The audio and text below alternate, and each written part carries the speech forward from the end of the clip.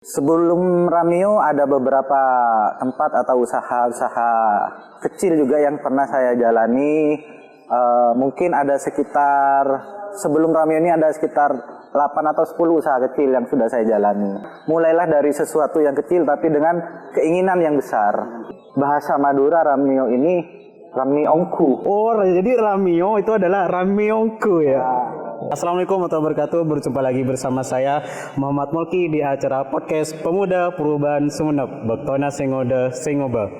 Pada kesempatan kali ini saya sedang bersama seorang entrepreneur hebat. Beliau asli daerah Sumeneb. Mari kita perkenalkan dengan beliau. Apa kabar Mas Hilmi ya? Ya, alhamdulillah baik. Nama lengkapnya siapa Mas? Nama lengkap saya Aris Sandi Ilmi, lahir di Sumeneb. 10 Maret 91. Berarti sekarang usianya berapa Mas? Usia baru masuk usia 30 tahun. Usia 30 tahun sudah berkeluarga Mas? Sudah berkeluarga. Wah, jadi buat teman-teman nih yang terpesona dengan tatapan pertama, mohon maaf beliau sudah berkeluarga. Pendidikannya, kuliahnya ditempuh di mana Mas? Kuliahnya di Surabaya di UPN Veteran Jawa Timur. Universitas Pembangunan Nasional Jawa Timur ya. Di Surabaya Jurusan akuntansi. Jurusan akuntansi. Nah, nanti kita akan kulik teman-teman dari orang yang punya background akuntansi menjadi seorang yang owner Remio Cafe di Sumeneb, dan juga ada satunya namanya apa Mas? Warkop Cuan. Warkop Cuan. Wow. Ini ketika kita berbicara cuan itu sangat menyenangkan. Kalau boleh saya tanya Mas ya, semangat Mas Hilmi untuk menjadi seorang entrepreneur apa sih? Semangat saya lahir dalam diri saya sendiri pada waktu saya itu ada di Surabaya dan awal-awal kuliah. Awal-awal kuliah, berarti semangatnya didapat ketika kuliah ya Mas? Semangatnya ketika kuliah dan dimulai dari pertemanan-pertemanan yang positif. Oh, jadi ketika di Surabaya kuliah, circle-nya juga entrepreneur. Berarti sangat penting tuh circle pertemanan kita. Berarti saya juga sempat mendengarkan salah satu quotes dari trainer nasional Mas ya. Kita itu tergantung dari 5 orang sekitar kita, benar Mas ya? Sangat betul sekali. Jadi kalau 5 orang di sekitar kita entrepreneurship, insya Allah kita akan menjadi entrepreneur yang sip ya? Ya, jadi kita juga, saya pribadi juga banyak belajar dari teman-teman, dari istilahnya dari lingkungan sekitar juga. Sebagai pemuda kita jangan pernah takut atau minder untuk mencari ilmu, juga pengetahuan, dan menggali passion karena kita masih muda. Biasanya jiwa muda ini masih bergejolak. Bagaimana cara kita menentukan passion yang pas buat diri kita sendiri, buat kita ke depannya. Jika kita menemukan satu passion yang pas dalam diri kita, galilah maksimal passion itu. Gali maksimal passion ya. Itu ya. Nah, sebelum mendirikan Remio nih, apakah ada cobaan-cobaan ataupun ada semacam kayak tempat yang didirikan selain Remio sebelum Remio ini Mas? Sebelum Ramio ada beberapa tempat atau usaha-usaha kecil juga yang pernah saya jalani. Mungkin ada sekitar, sebelum Ramio ini ada sekitar 8 atau 10 usaha kecil yang sudah saya jalani.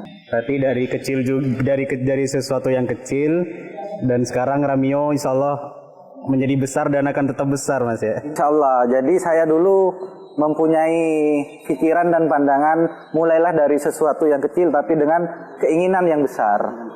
Ya, jadi tidak melulu dan tidak harus kita membuka usaha itu harus besar, tidak. Karena apa? Dibutuhkan keahlian, modal, serta keberanian untuk melangkah ke situ. Jadi kan kebanyakan kalau saya juga mengalami Mas ya, kalau kita seorang entrepreneur kadang-kadang merasa malu ataupun minder ketika sesuatu yang kita usahakan adalah sesuatu yang kecil ya. Misalkan kayak jualan bakso di pinggir jalan, jualan nasi goreng di pinggir jalan, bahkan kalau di kota-kota besar jualan gorengan di pinggir jalan. Kayaknya teman-teman pemuda sekarang banyak yang malu Mas ya, padahal itu adalah sesuatu ataupun step pertama yang harus kita lalui ya. Ya, yang saya ingin sampaikan di sini jangan pikirkan sekarangnya, tapi bagaimana dari hal yang kecil itu kita berpikir ke depannya kita akan menjadi apa. Siapa tahu dari yang kecil itu nanti kita akan menjadi besar, atau dari yang kecil itu kita akan memiliki beberapa cabang. Jadi dari yang kecil pun tidak bisa disepelekan. Entah itu di pinggir jalan atau gimana, sesuatu yang kecil tapi kita harus punya keinginan yang besar di situ. Jangan kita hanya menonton di situ aja. Kita harus punya impian, juga punya motivasi. Dari yang kecil ini kita akan menjadi apa ke depannya. Ya, berarti kayak roadmap-nya udah jelas, Mas. Visi misinya ya. dari yang kecil ini harus sudah jelas. Misalkan tahun ini kita sedang berjualan gorengan ataupun bakso, beberapa tahun yang akan datang kita akan membuka kedai dulu, ya, baru ke kafe. Jadi saya juga dulu pernah ada cerita bahwa yang membangun ada namanya komunitas Harley Davidson. Komunitas Harley Davidson. Ya. Motor dong, Mas. Motor. Nah, jadi saya diceritakan jangan pernah sepelekan ada seseorang yang ikut komunitas itu, dia hanya jualan handuk kecil di jalan-jalan, tapi dia sebar beberapa titik di Indonesia. Seperti itu. Jadi jangan pernah menyepelekan usaha yang kecil. Ada usaha kecil berupa kayak gerobak atau sepeda gitu, tapi dia punya puluhan bahkan ratusan outlet di situ. Omsetnya bisa gede juga itu, Mas. Jadi bukan harus besar, tapi bagaimana cara kita memiliki usaha itu, misalnya perkembangannya dan efisiensinya. Ya. Nah, pertanyaan selanjutnya, pernahkah seorang Mas Hilmi yang kelihatannya ceria, face-nya masih muda, bersih juga, pernah ada di titik terdalam nggak, Mas, dalam hidup? Dalam hidup setiap orang mungkin merasakan beberapa pengalaman hidup di titik terdalam. Di waktu saya merintis usaha itu saya juga pernah merasakan berada di titik terdalam. Artinya waktu itu saya mengumpulkan modal, selain dari saya pribadi juga saya minta bantuan orang tua. Di saat saya gagal mungkin saya tidak memiliki apa-apa waktu itu. Namun juga usaha. Iya, tapi saya memiliki orang tua yang masih bisa menghidupi saya dan membiayai saya. Tapi di situ saya coba bertahan, coba survive. Bagaimana caranya saya tidak menjadi beban orang tua, tidak menjadi beban keluarga. Jadi ya saya survive sendiri. Saya coba buka usaha bakso dengan gerobak kaki lima. Itu di mana, Mas? Di Sumeneb atau di Surabaya? Jadi saya gerakkan karyawan teman-teman kosan yang mau bantu saya buka usaha dan juga nambah penghasilan di situ. Jadi ayo kita berusaha bersama-sama, yang juga mau dapat tambahan buat uang kuliah atau buat bayar kosan juga. Jadi dari situ saya mulai punya semangat lagi.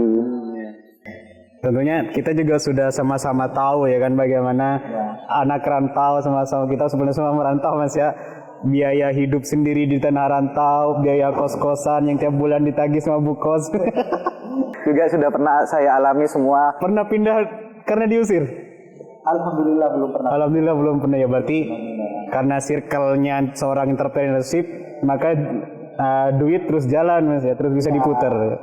Istilahnya bukan hanya dari lingkungan entrepreneurship, dari pertemanan yang positif juga sangat berpengaruh dalam kita ke depannya. Kalau sekarang kita sedikit ulik tentang nama besar di belakang kita ini, Ramio ya. Sejarahnya kok bisa berdiri sebuah Ramio dan bisa dinamakan Ramio itu apa, Mas? Ramio sendiri ada beberapa istilahnya filosofi dan definisi ya.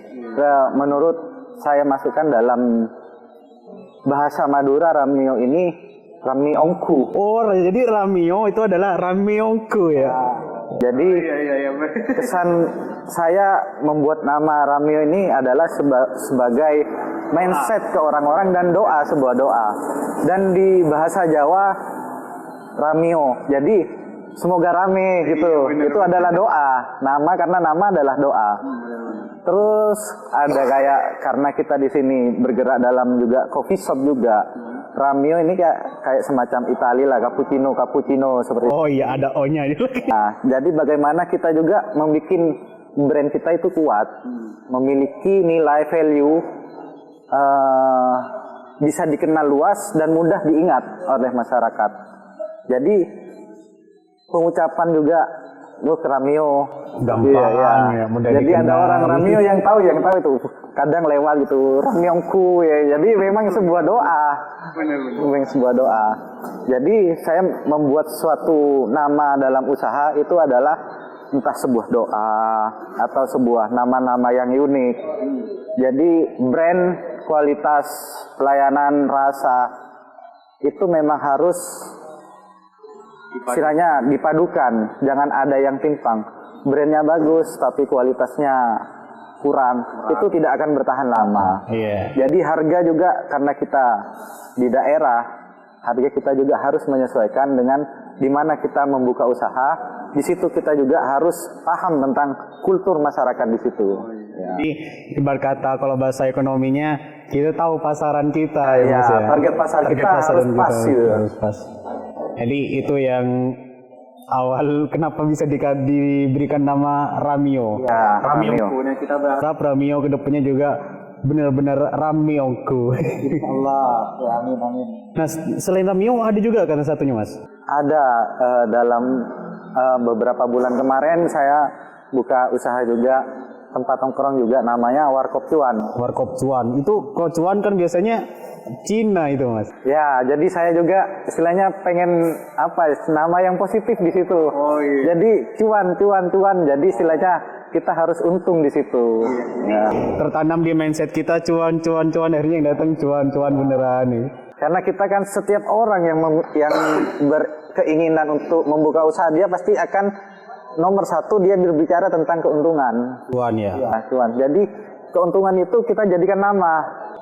Jadi buat seluruh pemirsa podcast Pemuda Perubahan Sumeneb, jadi teman-teman sudah tahu apa sih itu Ramio, dan beliau adalah dibalik suksesnya Ramio dan dibalik berdirinya Ramio. Nah sekarang terakhir, Mas, saya pengen minta pesan dan harapan yang pertama buat pemuda Indonesia berkaitan dengan entrepreneur, Mas.